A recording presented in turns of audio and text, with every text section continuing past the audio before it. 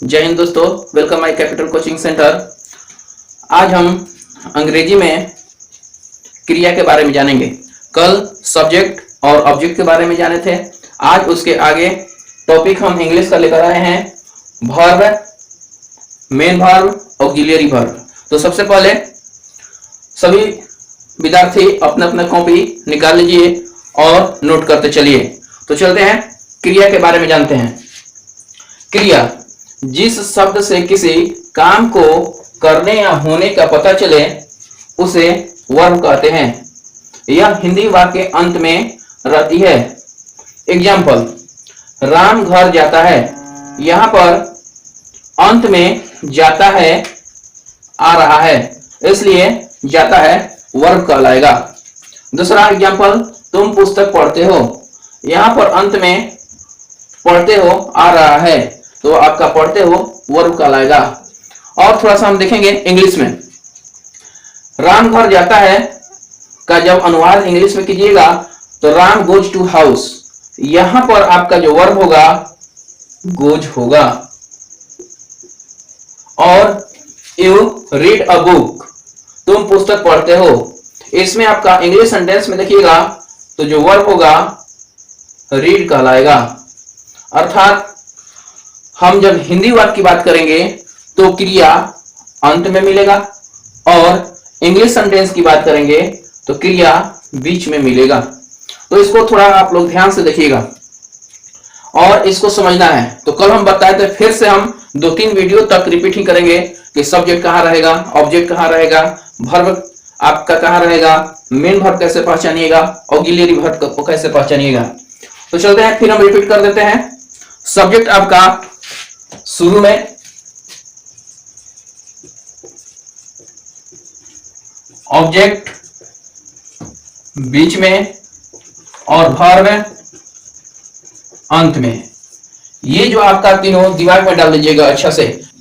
आगे हम लोग देखेंगे कि वर्ब की पहचान के लिए और एक आसान तरीका जो आप लोगों के सामने हम दिखा रहे हैं।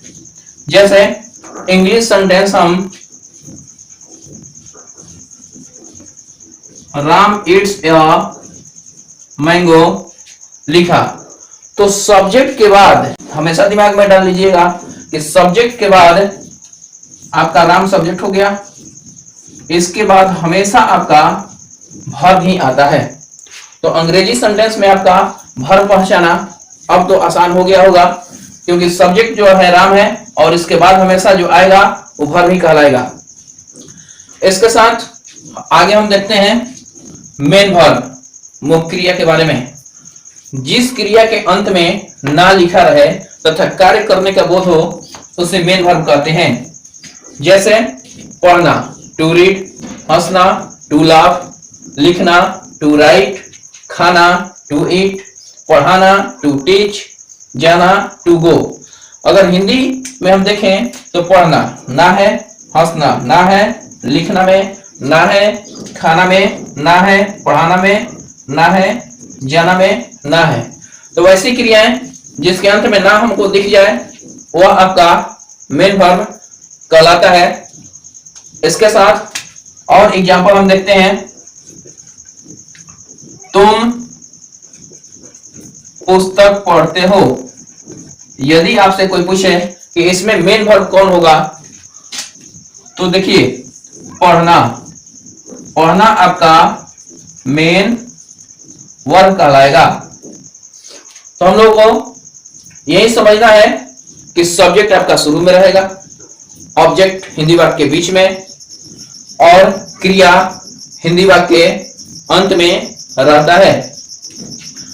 और इंग्लिश सेंटेंस की बात कर लें तो सब्जेक्ट शुरू में, ऑब्जेक्ट लास्ट में और वर्ब बीच में रहता है।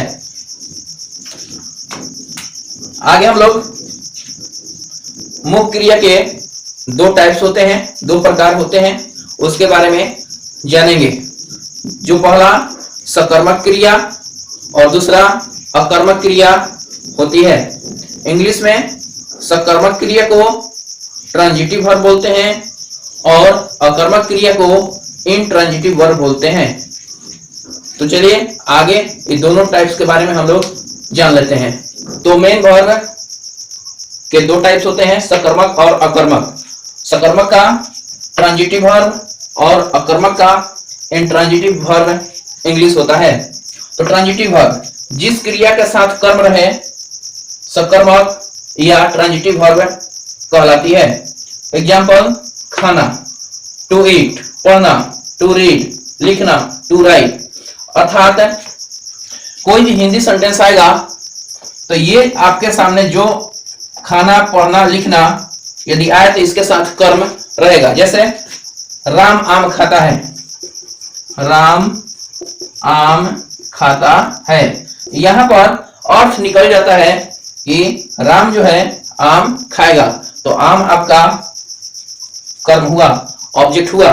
उसी प्रकार तुम पुस्तक पढ़ते हो, यहां पर पुस्तक आपका कर्म हो जाएगा। वह एक पत्र लिखता है, यहां पर पत्र आपका एक ऑब्जेक्ट हो जाएगा। तो इस प्रकार जहां पर सकर्मक क्रिया हम लोगों को पहचाननी हो तो उसके साथ कर्म जरूर आएगा। अगला देखते हैं इंट्रांजिटिव वर्ब, अकर्मक क्रिया।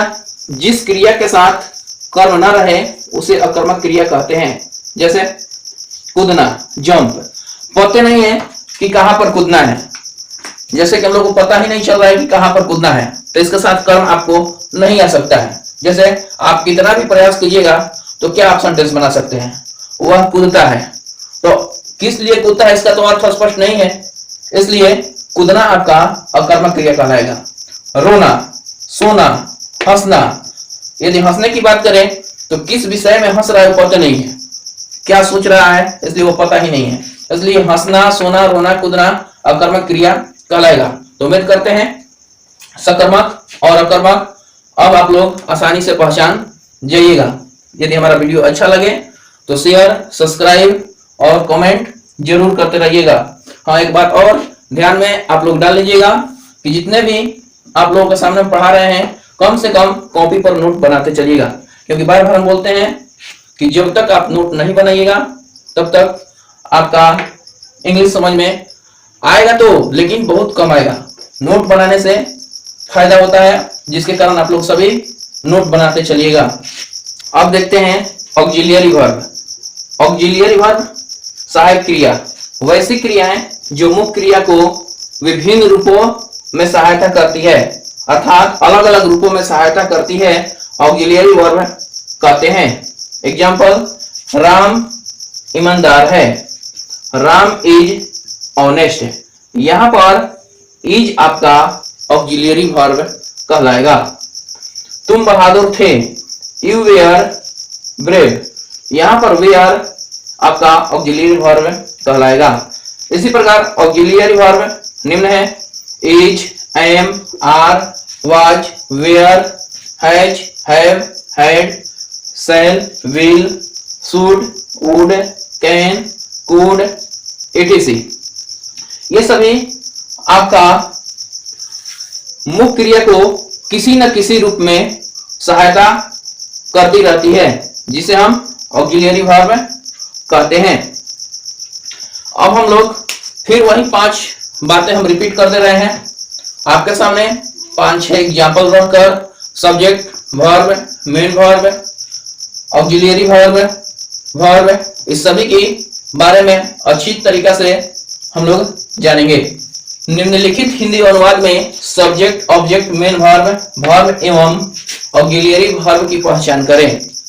ये आपका एक प्रश्न हम बनाए हैं और इसमें हम देखेंगे कि किस प्रकार subject, object, main verb, verb और ऑक्सिलियरी वर्ब की पहचान होगी। तो चलते हैं, आपको एक ट्रिक के बारे में जानकारी देते हैं। देख रहे हैं, कौन लगाकर कर्ता जानो। कर्ता की पहचान, यदि हिंदी सेंटेंस में कौन लगा दिया जाए तो कर्ता आपकी पहचान में आ जाएगी। कर्म को पहचानने के लिए क्या और किसको हिंदी सेंटेंस में लगा दिया जाए तो कर्म की पहचान हो जाएगी। तो कौन लगाकर कर्ता जानो, क्या और किसको से कर्म। बच्चों हरदम याद रखो, यही छात्र का धर्म। इसी पर हम कर्ता और कर्म सबसे पहले पहचानेंगे। तो कौन विद्यालय जाता है, तो स्पष्ट है कि विद्यालय जाने का काम राम कर रहा है, तो राम विद्यालय जाता है, तो राम आपका सब्जेक्ट हो जाएगा। वैसे भी हम बताए हैं कि सब्जेक्ट हिंदी वाक्य के शुरू में रहता है। राम किसको जाता है, तो विद्यालय को। राम किसको जाता है, विद्यालय को, तो विद्यालय आपका ऑब्जेक्ट हो जाएगा। वैसे भी बताया गया है कि ऑब्जेक्ट हिंदी वाक्य के बीच में रहता है। और आपको बताया गया है वर्ब की पहचान करना है, तो यहां पर जाता है वर्ब कहलाएगा। तो तीन चीज हम लोग पहचान लिए, सब्जेक्ट, ऑब्जेक्ट, वर्ब। अब बारी आती है मेन वर्ब की। तो मेन वर्ब आपको क्या बताया गया है, जाना, खाना, पीना, जिसके अंत में ना हो। तो यहां पर जाना जो होगा आपका मेन वर्ब होगा। और क्या बचा है, तो है आपका क्या कहलाएगा, अब आप समझ गए होंगे, ऑक्सिलियरी वर्ब कहलाएगा। तो अंग्रेजी समझने के लिए ये 5 बातें बहुत जरूरी होती है, जो कि आप लोगों को कंठस्थ कर लेना चाहिए। दूसरा में मान लीजिए मैं बहादुर लड़का हूं न रहकर था रहता, तो अब आसानी से आप पहचानिएगा। शुरू में है सब्जेक्ट, ये बीच में आया ऑब्जेक्ट। अब ये बताइए, यहां पर देखिएगा थोड़ा, यहां पर कौन बहादुर लड़का था, तो मैं सब्जेक्ट हो गया। अब यहां पर बहादुर लड़का जो होगा आपका ऑब्जेक्ट कहलाएगा, बहादुर लड़का ऑब्जेक्ट कहलाएगा।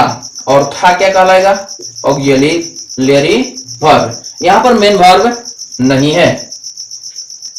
उसी प्रकार यहां पर तुम सब्जेक्ट, घर क्या हो जाएगा, ऑब्जेक्ट, जाते हो क्या हो जाएगा, जल्दी बताइए, वर्ब। जाना क्या कहलाएगा, मेन वर्ब। और हो क्या कहलाएगा, ऑक्सिलियरी वर्ब। 3 नंबर में देखते हैं वह, अब आप लोग आसानी से तो पहचान सकते हैं, सब्जेक्ट कहलाएगा।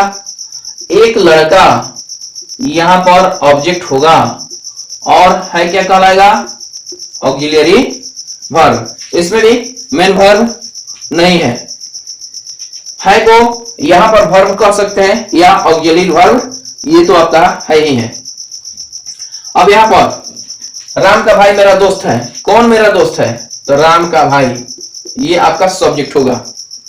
और मेरा दोस्त क्या हो जाएगा, ऑब्जेक्ट, और है क्या हो जाएगा, ऑक्सिलियरी वर्ब हो जाएगा। कौन पटना जाते हैं, राम और श्याम, तो राम और श्याम क्या हो जाएगा, सब्जेक्ट। पटना क्या हो जाएगा, ऑब्जेक्ट। जाते हैं क्या हो जाएगा, वर्ब। और ये जाते क्या हो जाएगा, मेन वर्ब। और है क्या हो जाएगा, ऑक्सिलियरी वर्ब।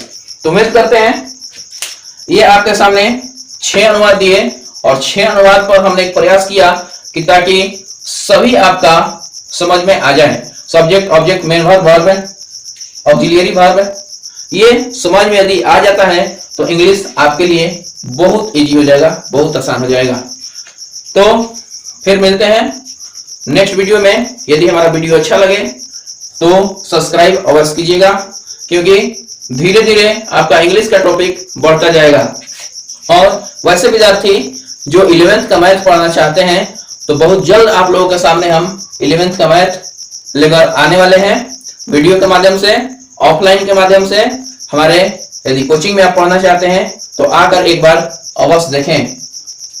तब तक के लिए जय हिंद।